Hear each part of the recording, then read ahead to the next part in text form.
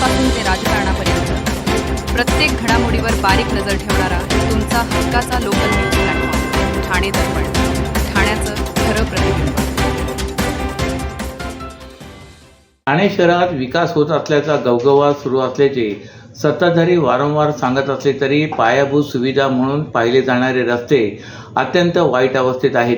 शहरातील जवळपास सर्व रस्त्यांवर उंचवटे तर कुठे गतिरोधक उखडलेल्या अवस्थेत आहेत.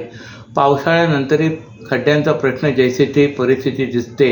त्यामुळे रस्त्यांचा जाच केव्हा सुटणार असा प्रश्न नागरिकांना पडलाय. ठाणे शहरातील अंतर्गत रस्ते आणि मुख्य रस्ते शहरातील विविध भागाला जोडतात. सुमारे 27 ते 28 लाख लोकसंख्या असलेल्या या शहरात मागील काही वर्षापासून सुरू असलेली विविध प्रकल्पाची कामे, वाहतूक कोंडी यामुळे नागरिक बेजार झालेत. दरवर्षी पावसाळ्यात शहरातील रस्त्यांवर खड्डे पडलेले असतात, परंतु पावसाळा संपल्यानंतरही येथील खड्डे दुरुस्ती पूर्ण झालेली नाही. त्यामुळे नागरिकांकडून टीकेची झोड उठू लागले. दररोज वाहन चालकांना खड्ड्याचा सामना सहन करावा लागतोय. ज्या ठिकाणी खड्डे बुजवण्यात आलेत तेथे रस्ता असमान झालाय. तसे अनेक ठिकाणी गतिरोधक खड्डे आहेत. त्यामुळे गतिरोधकावरून वाहन आदळून अपघात होण्याची भीती व्यक्त केली जाते. सिमेंट कॉन्क्रीटच्या रस्त्यावरून प्रवास करताना काही ठिकाणी भेगा पडल्यात. या भेगा इतक्या मोठ्या आहेत की दुचाकीवरील चालकांचे नियंत्रण मिळवणे कठीण होते. घोडबंदर, वागळे इस्टेट, दिवा, विटावा अशा विविध ठिकाणी ही गंभीर परिस्थिती निर्माण झाली आहे. ठाणे महापालिका क्षेत्रातील विविध भागात 2025 या वर्षभरात 700 आगीच्या घटना घडल्यात. त्यामध्ये एका महिलेचा जोरात अडकल्याने गुदमरून मृत्यू झालाय. बहुतांश घटनांमागे तांत्रिक बिघाड, गॅस गळती तसेच सुरक्षा नियमांचे उल्लंघन ही प्रमुख कारणे असल्याचे निदर्शनास आले. ठाणे महापालिकेच्या अग्निशमन विभागाकडून शहरातील आगीवर नियंत्रण मिळवण्यासाठी यंत्रणा कार्यरत आहे. सध्या ठाणे शहरात 8 अग्निशमन केंद्रे आहेत. याशिवाय प्रशिक्षित अग्निशामक कर्मचारी श्वसन यंत्रणा आणि अत्याधुनिक उपकरणाच्या साहाय्याने आग विझवण्याचे काम करत असतात. मात्र शहराचा झपाट्याने होत असलेला नागरी विस्तार, उंच इमारतींची वाढती संख्या आणि जुन्या वीज वाहिन्या यामुळे आगीच्या घटनांमध्ये घट होत नसल्याचे चित्र आहे. आपत्ती व्यवस्थापन विभागाच्या माहितीनुसार जानेवारी ते डिसेंबर 2025 या कालावधीत 700 आगीच्या घटनांची नोंद झाली. ही संख्या मागील वर्षी 808 इतकी होती. यामध्ये संख्यात्मक घट दिसत असली तरी गंभीर स्वरूपाच्या आगीचे प्रमाण अद्यापही कायम आहे. विशेषतः उन्हाळ्याच्या सुरुवातीला म्हणजे फेब्रुवारी आणि मार्च महिन्यात सर्वाधिक आगीच्या घटनांची नोंद झाली आहे. तसेच दिवाळी सणाच्या कालावधीत फटाके, रोषणाईसाठी करण्यात आलेली विद्युत सजावट आणि निष्काळजीपणामुळे 65 आगीच्या घटना घडल्याची नोंद झाली. ठाण्यात भाजप आणि शिवसेनेची महायुती झाली असून 40-87 असे जागा वाटप झाले. जागा वाटपात अपेक्षित जागा आम्हाला मिळाल्या नाहीत, त्याबाबत खूप वेदना आहेत. पण व्यापक हितही महत्त्वाचे आहे, अशी प्रतिक्रिया भाजपचे ठाणे शहर निवडणूक प्रमुख आणि आमदार संजय केळकर यांनी दिले. ज्या प्रभागात लोकांचे पूर्ण समर्थन आहे त्या प्रभागात एकही जागा मिळाली नाही. 131 प्रभागात उमेदवार देता येतील एवढी तयारी आमची झाली होती, पण अपेक्षित जागा मिळाल्या नाहीत. त्यामुळे कार्यकर्ते नाराज झालेत. त्यांची समजूत काढले. जागा वाटपात आम्ही समाधानी आहोत असे नाही, पण महायुती आणि व्यापक हित लक्षात घेऊन या बाबी स्वीकाराव्या लागतात, अशी प्रतिक्रिया आमदार संजय केळकर यांनी माध्यमांशी बोलताना दिले. केळकर साहेब, काय सांगाल? ठाणे महापालिकेच्या निवडणुकीची रणधुमाळी सुरू झालेली आहे आणि भारतीय जनता पार्टीच्या वतीने अनेक दिग्गज उमेदवार नाराजी आहेत. नाराजी असणं स्वाभाविक आहे. तसे तर कार्यकर्ते नाराज आहेत, कारण त्यांना वाटलं होतं की आपण 125 वार्डात लढणार आहोत. परंतु मी सुद्धा काही असं समाधानी आहे असं नाही, कारण जे युतीच्या चर्चेमध्ये देखील आम्हाला जे वॉर्ड अपेक्षित होते की जे मिळायला हरकत नव्हती, आम्ही काही उगाचच काहीतरी मागत होतो असा भाग नव्हता, ते देखील मिळाले नाहीत. माझ्याही मतदारसंघामध्ये जिथे आम्ही सातत्याने चांगला स्कोअर केला आणि 8 वर्षामध्ये बरंचसं बदल झालेला आहे, त्याला डोळ्यासमोर ठेवून आम्हाला जे अपेक्षित होतं ते मिळालं नाही. पण व्यापक हित समोर ठेवायला लागतं. नेतृत्व जे आहे ते युतीचं व्यापक हित समोर ठेवून सांगत असतं आणि त्या दृष्टीने भरलेले फॉर्म जे आहेत ते कार्यकर्त्यांनी आणि केलेलं काम, तर त्याला रोख लागला. त्यांना पाहिजे तेवढ्या वॉर्डामध्ये लढता नाही आलं. पण आता युती झालेली आहे. 40 प्रभागामध्ये आम्ही लढणार, 87 प्रभागामध्ये शिवसेना लढणार आणि या ठिकाणी ठाणे शहरामध्ये डबल इंजिन नंतर आता ट्रिपल इंजिन कसं येईल याच्याकडेच आमचं एकच लक्ष असणार. सर्व नागरिकांना आवाहन करण्यात येत आहे की सध्या डासांमार्फत पसरणाऱ्या डेंग्यू या आजाराचा प्रसार रोखण्यासाठी प्रत्येकाने पुढील प्रमाणे कार्यवाही करावी.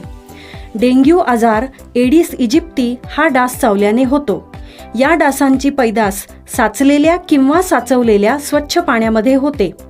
8 दिवसांपेक्षा जास्त दिवस पाणी उघडे व साचून राहिल्यास त्यात डास अंडी घालतात. अंड्यांच्या अळ्या तयार होऊन पुढे डास तयार होतात.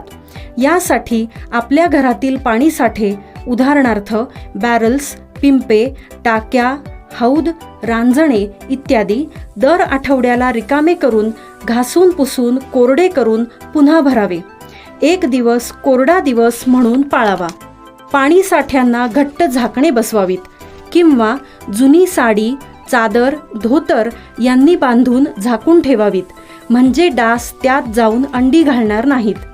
घराच्या गच्चीवर, आजूबाजूला, अंगणात कोठेही पाणी साचू देऊ नये. भंगार सामान उघड्यावर टाकू नये.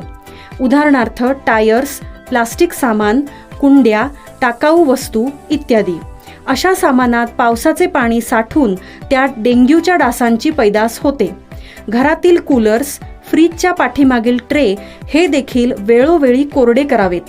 लक्षात ठेवा, नुसत्या फवारणीने डास घनता कमी होत नाही, तर त्यासाठी डास पैदास ठिकाणे नष्ट करणे ही आपल्या सर्वांची जबाबदारी आहे. कोणताही ताप अंगावर न काढता जवळच्या शासकीय रुग्णालयात मोफत औषधोपचार घ्या. अशा प्रकारे नागरिकांनी सहकार्य केल्यास डेंग्यूचा प्रसार रोखणे सहज शक्य आहे. गत निवडणुकीत आम्ही राष्ट्रवादी काँग्रेसच्या चिन्हावर निवडून आलो होतो. लोकमान्य नगर आणि शास्त्रीनगरचा विकास करण्याचे वचन तत्कालीन मुख्यमंत्री व विद्यमान उपमुख्यमंत्री एकनाथ शिंदे यांनी दिले होते. म्हणून आम्ही 4ही नगरसेवकांनी शिवसेनेत प्रवेश केला. आज आमच्या 4ही उमेदवारांना शिवसेनेने उमेदवारी जाहीर करून एकनाथ शिंदे हे एकवचनी असल्याची कृतज्ञता ज्येष्ठ नेते हनुमंत जगदाळे यांनी व्यक्त केले.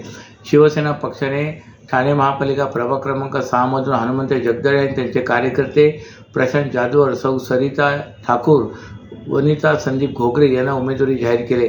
उमेदवारी अर्ज दाखल केल्यानंतर पत्रकारांशी संवाद साधताना जगदाळे यांनी एकनाथ शिंदे यांचे आभार व्यक्त करत प्रभागाच्या विकासाचा मार्ग मोकळा झाल्याची भावना व्यक्त केली. अनेक वर्षे विरोधी पक्षात काम करत असताना सत्तेअभावी प्रभागाचा विकास खुंटत असल्याची भावना निर्माण झाली होती. यामुळे मी आणि माझ्या 3ही नगरसेवकांनी एकनाथ शिंदे यांच्या नेतृत्वाखाली शिवसेनेत प्रवेश केला. क्लस्टरच्या माध्यमातून लोकमान्य नगर आणि शास्त्रीनगर रहिवाशांना हक्काचे आणि प्रशस्त घर देण्याचे माझे स्वप्न आहे. विरोधी पक्षनेता असताना एकनाथ शिंदे यांच्या खांद्याला खांदा देऊन मी क्लस्टरसाठी प्रयत्नशील होतो.